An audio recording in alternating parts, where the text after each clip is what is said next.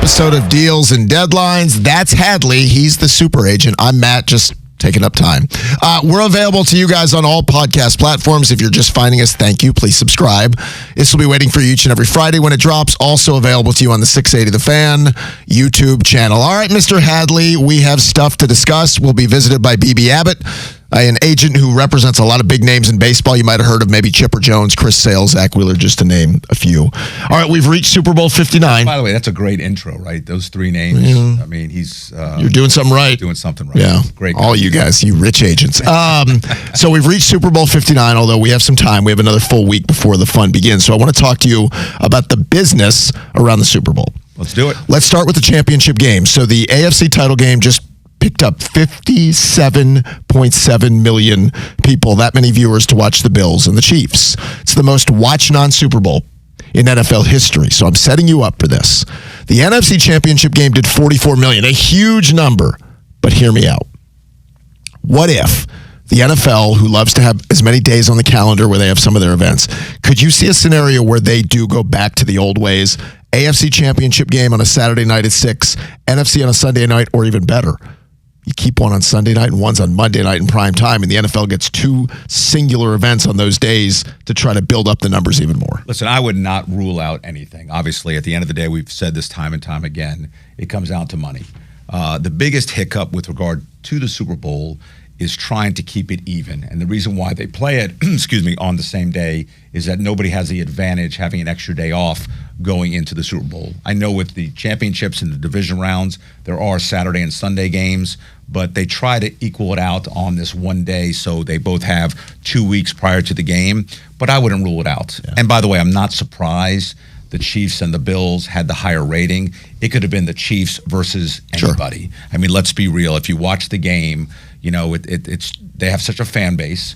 The Taylor Swift effect is real. Mm-hmm. I mean, you know, where do you see somebody shown a dozen times throughout a game that's not in the game? Well, it's the perfect storm of the non-sports fan, Taylor Swift, the dynasty Chiefs, Patrick Mahomes, and it was the 6:30 game. Correct. Which also leads into the primetime window. And I love you to death. I still think you're living in the world where you think the NFL cares about keeping things even. If there's $4 more to make and they think they can get some more revenue, I think they would play it on Tuesday. Yeah, and I said it earlier. Again, if it came down to money and money only, I think that would be the case. But I think at the same time, when it comes to the Super Bowl, they are real cognizant about not giving anybody a quote-unquote advantage. So I think that's the reason why it's done that way. But I would never rule it out because, again, it is all about the mighty dollar. So let's talk about the Saquon Barkley business. It's good business to be in right now. It's a great business to be in. So here's what I was thinking about with Saquon, who's been in Philly for a year. But they're a step away from winning a championship in a year where he's had an MVP type of a season. And Philly is one of those cities where you have that kind of year in a championship season, you're never forgotten. And I'm curious from a business standpoint, if they're able to pull this off, what is post-career like for Saquon from appearances in Philly? Autograph signings, merch, business relationships. Like, I would think he could write his own ticket till the end of time if he's able to have one more of those type of games he's had and they win the championship. 100%. I can tell you firsthand, when they won the Super Bowl last, we represent and still represent Trey Burton. The average fan doesn't know who Trey Burton is. Good player, though. Trey Burton is famous for the Philly special. He's the player who threw the touchdown pass.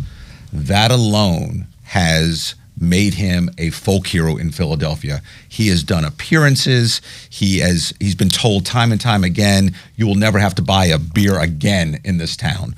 So annually he does things, and he's invited to the Super Bowl to make an appearance because of the Philly special. So again, that's at a much lower level than Saquon Barkley, assuming Saquon wins or they win, the Eagles. I think, you know, aside from all the endorsements, his incentives, escalators, I mean, he has really hit the trifecta. Smartest move that both the Eagles made, Saquon made. I know the Giants are sitting there going, you know, we just don't want them to win. I mean, I've never probably seen a team root against another team like the Giants are rooting against the Eagles for various reasons. Yeah. But I think Saquon is, first of all, he's so marketable. He's so well-liked. He's so good. Yeah. And he is embraced by that blue-collar Philly attitude. Speaking of incentives, so far, Saquon bonuses have reached well over $1 million. $250,000 in a bonus for making the Pro Bowl, another $250,000 for reaching the NFC Championship, $500K for being the rushing leader, and $500K for being named All-Pro. And he has another $250,000 if they win the championship. Those are all pretty standard, I would assume. I would say, and there are going to be other players that we're not talking about that have incentives on there. Some of them even larger. So to have that, I think those numbers are on the lower side because he's paid so handsomely on his salary. But you'll find players on there that have these incentives in there all the time. And, good for him. I mean, listen, you hope that these players earn it when you're negotiating. But someone like this that, the team stuff is great. But when you see the team stuff along with the individual stuff, it's even better. And so we've got clients all the time that when they make that additional money, they are so happy to do that. And good for Saquon, good for the Eagles. And again, this was the perfect marriage. Let me ask you about the other big talking point this week. It's been a lot about the referees, right? And about $1 billion industry like the NFL that is still kind of doing things in a very sort of antiquated old school way where on a big play in the Bills-Chiefs game, marking of a first down, we've got two officials 40 yards away running in and marking the ball completely in different places. So whether it's a piece of technology, whether it's a more dedicated system, what do you think? Because again, at some point, listen, the NFL has proven they're Teflon, and the arrow keeps pointing up, but at some point, it could affect your business if fans start to realize there's got to be a better system. What does the NFL do to stay ahead of that? Yeah, I don't think they're worried about the fans leaving the game and spending the money because of these questionable calls. Listen, I'm friendly with a couple of referees, and I'd love to have them on the show, but obviously they can't speak about it. But I've been told by them over the years even that the owners dictate everything that's going on, from the late hits on the quarterback to not upgrading the system. Listen, would it be difficult to put a chip at the end of the ball so you can know definitively where the point of the ball is? Granted, you'd have to see where the knee lands, and that would be a judgment call by a person, but you would know exactly where the ball is. It'd be too easy not to do. I think with gambling involved, I do think they're going to upgrade the technology at some point, if not sooner than later, because I just think that there's too many questionable calls that go on anyway, from grabbing to pass interference to late hit. I mean, there's still a lot of questionable things about that. We're playing football. Sure. And, even with the quarterback running out and then sliding at the last minute, I think they have to adjust all those rules because it's not safe. Forget the player who's sliding. It's not safe for the other players. And some guys are missing tackles because they're concerned about the late hit, which affects their paycheck. Sure. But I do think when it comes to things they can control, like a chip in the ball of some sort to know where the first down marker is, I think that's something there. And let it be known, we always talk about a play that changed the game. A play doesn't change the game. Agreed. In reality, I know we look at it saying, if not for that call, things would have been But I just think the fan, and again, from a business standpoint, the people running the business want to know that we have the best chance to get it as much as we can right. There's human element in all of this, but we have technology to look at things. Like we talk about tennis, they have that system where you can tell when a ball touches a line before it's out. There are ways, and I'm just curious what the NFL would do on that front. All right, real quick, let's talk about the coaching carousel. So as we record this morning, we have one job left open, and that's the Saints. Kellen Moore was in New Orleans interviewing. It looks like he has a good shot to get the job. So Aaron Glenn got the Jets job. Ben Johnson, the Bears, Liam Cohen got the Jags, Pete Carroll, the Raiders, and Brian Schottenheimer, the Cowboys, which now that we're coming near the end of the cycle, tell me what you think. Did the Rooney Rule accomplish what it wanted? Because there's a lot of pushback, including I saw a piece from Josina Anderson where she talked to an African-American assistant coach who said, not going to interview. If I think what's happening is happening, that these are just placating, the system to do the interview, and it's not helping me. So where do you think we are with the Rooney Rule? Being in this business for 30 years, you still hate to think that owners are making decisions based upon race. And I think the Rooney Rule has its place, but I also think, and I believe, an owner has the right to hire who he wants to. And yes, I do believe that we should try to find some sort of balance. And again, you got to be careful of who you hear from, like Josina, because at the end of the day, they are trying to advocate for what their message is, and always talking about issues with race. And there are issues, but an owner has the right to do what he wants to do. And so I think that it goes not only for a minority assistant coach not going to interview and waste his time. I think that's a mistake. because I think when you go ahead and interview, even if it is a waste of time, you're going through the interview process. There's value. You're preparing for that next interview. And so we always advise people, whether you're a coach or whether you're an administrator applying for a general manager job that you really have a small chance of getting, it's the process. And so, first of all, A, you never know what's going to happen. And B, you never know what it could lead to down the road. So I think that's a mistake. I think that's very short-sighted. And, I know people that have a number of interviews may cancel some of them because there's too many of them. But to go through the process, get your name out there in the national media, I think is only a positive. And I think, again, we'd be short-sighted not to go through the process. Yeah, there's a practice in interviewing. Correct. I think there's a lot of value in. All right, we got a lot to do, including we got a couple of brothers who have decided they're going to get in the ring to try to get your dollars, which we'll talk about a little later. And an NBA player has walked out for the third time as he tried to force his way out. We'll talk to Hadley about that plan of action. Coming up next, BB Abbott will join us. Agent to the stars as well. Chipper Jones, Chris Sale, Zach Wheeler will pick his brain about dealing with different GMs. Major League Baseball's potential work stoppage. Is that a thing that's real down the road? We'll talk to him about that and more as Deals and Deadlines continues. We continue this episode of Deals and Deadlines with Hadley. I'm Matt. We're really lucky to have another member of the agent community as you guys all hang out together and run in these circles. BB Abbott, agent and executive vice president and managing director of baseball at Wasserman. That's a big title. And BB's kind enough to join us here on the program. BB, we appreciate the time. How are you? I'm doing great. How about you? We're doing well. A lot of ground to cover here. So let me start with this, and I've often picked Hadley's brain about the same thing.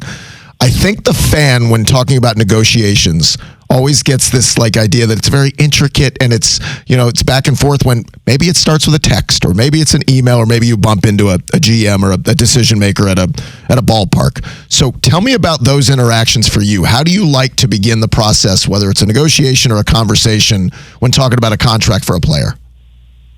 Yeah, with free agencies, I try to make it pretty organic, to be honest with you. I like for the teams to be the ones that reach out first, just from the standpoint of really wanting them to engage in the process and engage why they like the player. From there, I guess what we typically do is it just becomes a process, and it moves sometimes at its own pace. Sometimes it moves quickly. Sometimes it moves more slowly. But I think the ultimate goal is to really get to a point of leverage with teams and with a particular player where you think it's time to push down on an accelerator and hopefully get a deal that makes sense for both the player and the team that he ultimately picks. BB, so, obviously we always love, and Matt, you just talked about this, we love getting the phone call first from the team, because anytime you're reaching out to teams, it's never good leverage, obviously. How far before, we'll talk about veteran free agency, how far before free agency actually begins do you sit down with your clients and kind of go over the general landscape of what you expect to happen? Teams that you think may be interested or may have reached out to you off the record, not that they do that. Mm-hmm. Wink, wink. And then how far do you look at comparable players and look at structure? How far in advance do you do that, and how during the process, how often are you talking to your clients? It really depends on the player. You want to be careful with talking with players too soon, because as you know, we've all been in situations where a player might have a bad second half, might get injured, might have an incredible second half.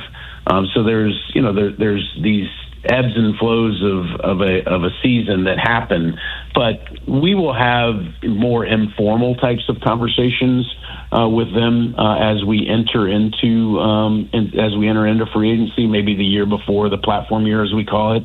But we'll also talk with them if talks come up during the course of their career where maybe an extension is being proposed. So we will talk about comparables in free agency. So a lot of times what happens is we're having these conversations with these players over the course of, many years.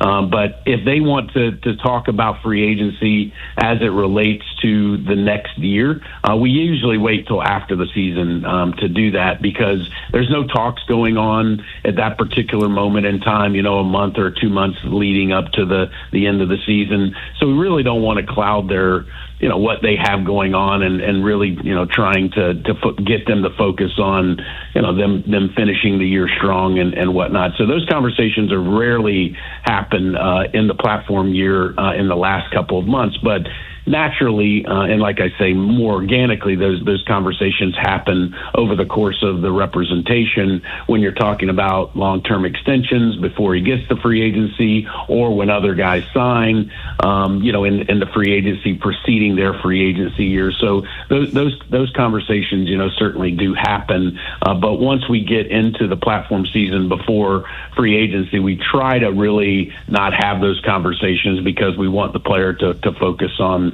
the season and finishing strong. So speaking of extensions, so Atlanta now has become notorious now for approaching, core players early and avoiding arbitration. Are you getting a sense that other teams are going to do it more often, or is what Atlanta doing more of an outlier? No, I think it's been something that teams have dabbled, in over the history of me being an agent. And we've had, players that did this even in the regime prior to this regime in Atlanta. When guys like Frank Wren, were there. We did, Brian McCann's deal, way back in the day. We've done other, pre-arbitration or even pre-free agency deals. We did both with Chris Sale, with Boston at the time. So, I think that those are things that teams will do. They still happen a lot. You don't hear about them most of the time, because they're just not made public, because if a deal doesn't get done, those details of the negotiation or those communications or talks are just never, really made public. But they happen a lot. I can think of, just 3 that we had with teams last year, with players that had not reached free agency or were in the middle of arbitration, or even prior to arbitration. So those talks happen all the time. And again, it gives us the opportunity to speak with our players about, what their arbitration years might look like, what free agency years might look like, what other players that have really signed these types of deals, either pre-arbitration or during arbitration, look like. So that's the education process that we really, go through with all of our players. I think Atlanta has just been extremely successful in doing what they have done with some of their players, with their core players, really, players that, you want to be faces of franchise. They've done an extraordinary job in getting these Southern kids, and even some Latin American players that, have decided to sign these types of deals. But that's all about a culture, that they have created there, where players really want to be there long term. So let's talk about that. Alex Anthopoulos, I'm sure, all GMs are different. Some easier to deal with, some aren't. What have your interactions been like, whether it was Chris Sale or others, dealing with Alex? And what are your thoughts when you see Ronald Acuna's deal or Ozzie Albies deal, and then the criticism comes a few years later when they're well below market value? I will say this, first and foremost with Alex, I have a tremendous relationship with him. He's somebody that I have a great deal of respect for, just about the way that he conducts himself, whether it's arbitration, whether it's free agency, whether it's these long-term deals that we're talking about. He is a guy that is going to tell you what he's feeling. He typically doesn't beat around the bush.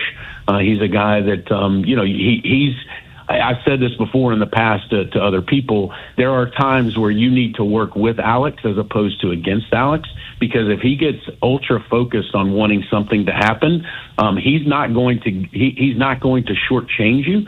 He's not going to get into a position to where he's trying to take money from a player. He's going to work in the direction with the player to get that deal done. There was no better situation or example of that than Matt Olson. When we did the deal with him, because, he had just lost a future Hall of Famer, a fan favorite, somebody that's a legend in Freddie Freeman, and he needed to replace him. And with somebody that, that he thought that would be somebody that, could try to come in and fill that void that was going to be lost there. And I think recognizing that and not trying to pull against the tide with him was something that was extremely important. And one thing that I've learned about him is just to be very upfront, be very honest, and ultimately, he's going to tell you whether it's going to work or not. He's just not going to be a guy that, that's going to, like I say, beat around the bush and try to outmaneuver you. He's a guy that, truly will tell you how it is that he's feeling. And I have, in my experience with him, he's been somebody that has been honest and respectful 100% of the time. Yeah, and let me add to that. I think regardless of the sport, whether it's baseball, football, basketball, I think the more successful general managers handle their business right. They're always up front. They do what they need to do, and they don't beat around the bush, just like BB just said. So speaking of that, so obviously coming up in the next couple of weeks, spring training begins. And you're in Florida, and obviously you travel to all these different spring training sites to see players. And everyone thinks that our life is glamorous as an agent. They see Jerry Maguire and they think it's, that's all we do, and they don't realize some of the other things that we do for our clients or what we go through. Now, listen, I'm not saying it's terrible that you got to spend weeks at different spring training sites in Florida or in Arizona. I was about to break out the violin here and start to. But go into, so the general public understands that, when you're there, there's some times that you're enjoying it, but it's work, and you're there to do your job not only with your clients, but to further cultivate the relationships with the administrative side of things. Sure, I think it's perspective at the end of the day, and I think that we get into doing some of the things that we do. I was in a car for 6 hours yesterday going to see clients down the west coast of Florida, and is that great? No, it's not. But when I put on a suit and tie every day for 5 years and went into a law practice, it gives me perspective, right, of those 2 days. And for me, when I'm doing something like that, when I get there and I'm at dinner and breaking bread with these guys or having a drink, it's always enjoyable, to me, because we try to, as a company, try to surround ourselves with people that we really enjoy spending time with. And so with that said, for me, it is really, and one thing that I've always tried to keep in focus is it's all about perspective for me, because yes, it's work. Yes, there are times where, I don't want to get on a plane, or I've been on a plane for, 20 out of 30 days, and, it's becoming a real grind. But again, as I look back on my life before this and being a lawyer, I have a passion for this. I love doing it, so I always try to keep that perspective. But yeah, there's times that that it stinks when somebody's being a prima donna, or you got to talk them off of a ledge. But to me, that's part of the journey, and certainly something that again, I keep that perspective of that I cannot imagine doing anything else but this. BB, let's talk about the economics of the game, because there's been a big discussion point this offseason when every day we look up and the Dodgers are signing somebody new, and there's deferrals, and their payroll's $380 million compared to teams who just can't spend that. So then, of course, people jump to the conclusion of maybe there's a work stoppage coming, maybe there's a salary cap, some kind of governor to be put on this. What do you think happens in the next few years as far as the economics go? I wish I had a crystal ball, right? I mean, the one thing I would say is, we say that a team cannot spend something, and I would disagree with that. I agree. That proposition. I think that, surprised to hear you two say that. Really shocked me. Listen, I think that there's a reason that these teams are being sold for 10 and 20 times the multiples of what these owners buy them for. I think that this is a game that is really an appreciation game, where these franchises are being bought, for sums of money that ultimately end up being in the billions and billions of dollars.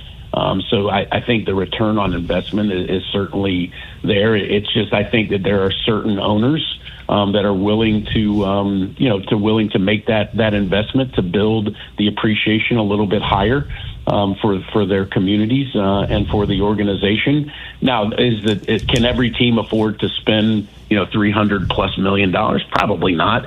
But I can tell you that every team can spend more than they do and become more competitive. There's certainly no doubt about that. And I think that the economics of it, bear out.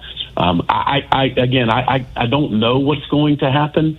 When the time comes for this, I think that that we've certainly seen a spotlight shined on what the Dodgers have done this offseason. But my message to other owners is do better. Maybe you don't have to spend that amount of money. It's not always the team that spends the most money that wins. That's been played out in the history of sports over all different sports. And I think that all a fan base really wants is for an ownership, to show that we're going to make an effort. When we see only X amount of teams spending money in free agency, you're not trying to make your team better. And I think that if you go and you look at the money that's been spent in free agency this offseason, you just won't be able to convince me that every team out there has tried to make their franchise better. They have not. And let me add to that. It's one of the things that the NFL implemented a couple of years ago is every team must spend salary floor a certain amount of cash every year. Not just a salary cap, which I know we don't really have in baseball, but they have to spend a certain amount of cash. And I think if baseball went into something like that to force these owners to not necessarily spend what the Dodgers are spending, but just like BB said, spend some money to make their team better and not just sit back and look at the multiplier of, hey, I'm going to make this much more money because my franchise is more valuable, but looking at making the team better. All right, before we let you go, BB, this is just a rumor I've heard, and you can confirm or deny. I heard the most difficult client you had was a certain Larry Chipper Jones. I just heard very difficult attitude issues, would never follow your advice. Can you confirm or deny that? Well, the problem is when I'm on this call, he calls in, I don't answer. He calls in again, I don't answer. And he's like, I can just see him going, why is he not answering me? Sounds about right. Call him back and go, I'm with Chernoff, I'm with Hadley, doing a podcast, and you just keep buzzing in because you didn't get your way and I didn't answer the call. The prima donna retires, but you can never take it out of him. He is. I talk to him more now than he is retired than I ever did when he was playing, for sure. Isn't that great, though, baby? Because that's the experience I've had my former clients, and some of them are still in the sports world and broadcast or whatever that I still work with, but you spend more time talking to them about non-business stuff. They really become more family than they are anything else. And I'm sure you have that with Chipper like I have that with some of my clients that played a long time in the game. I love it. Chipper and I have known each other for almost 50 years. Right. So our friendship goes way, way back. And listen, and all kidding aside, like none of this, 20 years of having my own agency, now running or helping to run a baseball agency at a huge, sports, conglomerate. None of that is possible without him. I take it all with whatever he can give me with both barrels, because I would not be sitting here, today speaking with you on the phone without him. I mean, he's somebody that continues to be relevant in the sports world, even many years after he's retired. And that's just because, of how great a player, he was, and he's been equally a great friend to me. All right, we'll cut that up and we'll send it to him. You're fine. You covered it all. Good job, BB. BB, you did it. In there. Way to do the plug. BB, thank you for the time. We know you're busy. Go answer the prima donna's call, and we'll talk to you down the road. All right. Thanks, BB. Thank you very much. There's BB Abbott, sports agent, has a long history of success with clients, like we said, Zach Wheeler and Chris Sale and Brian McCann. You heard Chipper. By the way, I've known BB for a long time. He is the salt of the earth. He's a really good dude, and there have been times where he's picked my brain about certain things, and I've picked his brain. So really great colleague in the industry, and has always stayed true to who he always is. All right, coming up, we'll talk about how a player forces his way out, and whether the agent's on board, because we have an NBA player who's doing his darndest to get out. We have a fight that we need to discuss, and a couple of other items as we put some final touches on this episode of Deals and Deadlines next. All right, we continue with this episode of Deals and Deadlines with Hadley. I'm Matt. Thanks again to BB Abbott for spending some time with us. We appreciate him. All right, Had, couple of things I want to pick your brain about as the agent who sometimes is the sounding board for the player, or gives advice, or is just there to try to help guide them to not make a big mistake. Now, In the NBA over the last several years, when a player wants out, they force their way out. Well, we've got that going on with Miami and Jimmy Butler. Jimmy Butler has now been suspended 3 different times by the Miami Heat for conduct detrimental, any number of ways they've described it. The latest incident happened earlier in the week when he walked out of a practice. So that's another example of him losing a good bit of money. And I saw the way the breakdown happened, that when it's all said and done, he could lose more than 10% of his salary based on all these different suspensions. Now, he knows he'll make... Which is many millions. It is. He knows he'll make it up somewhere down the road, or has made so much that, believe it or not, it really is not a huge deal, which is shocking to say. You as the agent, is this just the culture that we're in now? It's like this is how you force your way out because you can do it politely behind the scenes, nothing gets done. What would you advise a client in that case? Let's not talk about Jimmy. Let's talk about general first. Okay. I'm a big fan of not going down this road. I think there's other ways to skin the cat where you don't have to take a stance like this. Jimmy Butler has always been Jimmy Butler, and he's always had a little attitude with him throughout his entire career. He should be very thankful. He's made over $300 million on the court alone, regardless of other endorsement opportunities. Again, to bitch and moan about life in Miami playing for the Heat, it could be a lot worse elsewhere. And, I don't know what he's trying to accomplish. Let's remember, this has happened with him before now. I know. No, Yeah. That's my point. Yeah. That it's nothing like that's Right. new. Again, he's in his mid-late 30s already. I don't know what other teams, based upon what's happening now, are going to want that headache, no matter what kind of player he is. I think he's handled this poorly. I think there's other ways to handle it properly. And, we could talk about other players in general, about how I would advise them. But I'm not a big believer in handling it the way walking out of practice. It becomes very selfish. You can have your disagreements with ownership. You can demand a trade. But when you go ahead and you're on a small roster and you walk out of practice and you do things that affect the team, you're putting yourself in front of the team. And yes, it's individuals playing a team sport, but at the end of the day, you have colleagues, you have friends, you got guys there that you're in the battlegrounds with, that you have to think about that as well. And again, he's made his money. He's made over $350 million, I think the number is. So, I think he's handled this poorly. I don't know if his agents haven't said what I've said. A lot of players get to the point where I don't care. Correct. This is what I'm going to do. Yep. We've advised players at different levels, and you tell them all the things you can do and you should do, and they do it a different way. That's it. All right, so there's another passive-aggressive way of doing it. Marcus Stroman of the Yankees has done the deal. What we all see now is he's unfollowed the Yankees on his social media platform. Marcus Stroman has decided on Instagram he scrubbed it. So you're not going to see any Yankee association.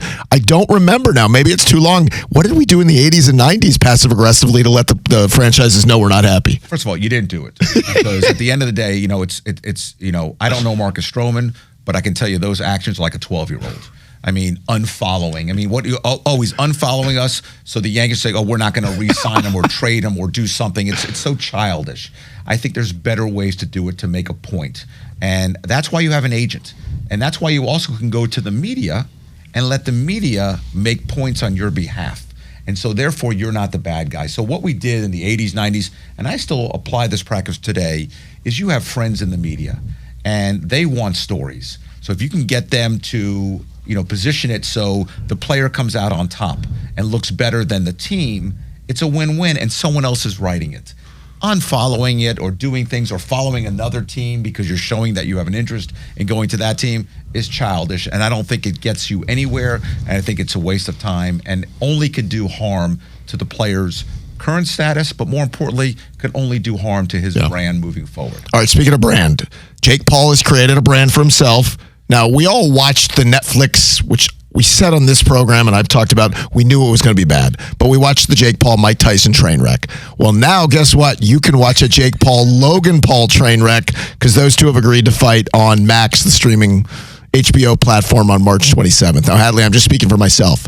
I work in the content business, so I sometimes watch stuff I don't really want to watch because it's content. I can't think of a reason to watch this. Amen. Like, Mike Tyson was old, but he had a name, and I kind of knew what it was. I just don't know what the draw here is. Yeah, same thing. When a Conor McGregor or a Mike Tyson was doing something with another fighter, it's really about the focal point, the main fighter. It wasn't Jake Paul and Mike Tyson. It was Mike Tyson is fighting Jake Paul. Having them fight each other, I'm with you. I've watched all these different events. I could care less. I think it'll be interesting to see what the numbers are, because I don't think, other than the fans that are follow these influencers, I don't think it's going to be a broad scheme of sports fans watching this fight, because I don't think anyone cares. Right. Again, the legend is not fighting. So I think it'll be interesting to see what happens. I'd be surprised if the numbers were equivalent to what Mike Tyson numbers were. And it'll decide what the future is. It'll be interesting because we may sit here and go, oh my goodness, right, the numbers were equal and it was two guys who are nobodies. I'd be stunned only because, to me, Mike was the draw. Right? 100%. Jake does have a huge social following, YouTube and beyond. But from what Netflix experienced, so if I'm Max, and you're right, we all judge these things. Max said, well, I don't know what the numbers that Netflix, remember we heard 50 million, that was 100 million, whatever. To the agent, yeah, who knows? Everybody spins the numbers to their benefit. So if you're Max and you could get 20 million, I'm picking a number, because it's going to be a live event on something typically on Max that is all. They have a subscription, right? So yeah, well, you already have the subscription already. So like I have Max at home and I pay $7.99 a month. Now, can they get some more subs from it? Part of the hope. Can they sell some, in-fight advertising? So there's some other wins to it. I just think the bar has to be set at a different place. I 100% agree. I just don't think you have a true boxer involved. You've got people who are boxing as a entertainment platform as opposed to true athletes fighting in a sanctioned boxing event. So again, without the draw, without the big name, I can tell you I will not watch it. No. I won't have a viewing party. And I'm guilty of that with the Mike Tyson. Sure. Because I'm a huge Mike Tyson. It was nostalgia for us. Correct, yeah. And I think that's the case. And again, it's great for content, but at the end of the day, the numbers, as Jay-Z said, men lie, women lie, numbers don't. They do not. That is true. We'll find out what happens, when the numbers do come out. I do have breaking news. Just moments ago, I received a text from Chipper Jones. Apparently didn't take long for BB Abbott to get back to him. The exact text was, pain in the ass client, huh? I said, I don't think I said that. I said, who was the most difficult? It was a question. So you can't win with these athletes these days. Listen, it's okay to have those type of clients. It's the client that continues to give. Yes. And it goes to show you their relationship. Sure. And again, I have that with a number of clients of mine from different sports that have been retired. And it's great when they call you and they jab at you and you have fun with them. That's non-business. And it just shows that you can mix the business side of things with being the person that you are and not always be down that business lane. All right. Speaking of business, here's our business. We ask you to subscribe. All you have to do is find us on any podcast platform, search Deals and Deadlines, and each new episode will be waiting for you in your feed each and every Friday morning. By the way, this is better than subscribing to watch the Paul Brothers. I mean, do you know why? We're free. Exactly. And it's better content. It is better, and we don't cost you anything, which is great news. You can also watch us each and every Friday and whenever you want to catch up on old episodes on the 680 The Fan YouTube channel.